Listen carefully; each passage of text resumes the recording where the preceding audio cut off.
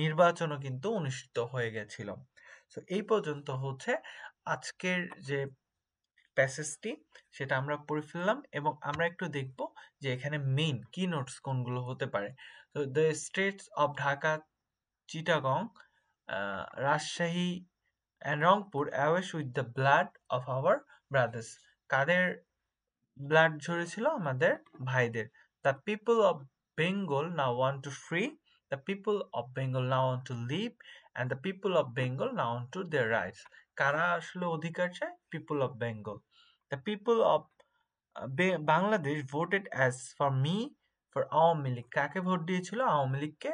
We are sit in the National Assembly, draft a constitution for ourselves there, and build our country. The people of this land would thereby get economic, political, and cultural freedom. 23 years, a history of men and women agony. So 23 বছরের ইতিহাস ছিল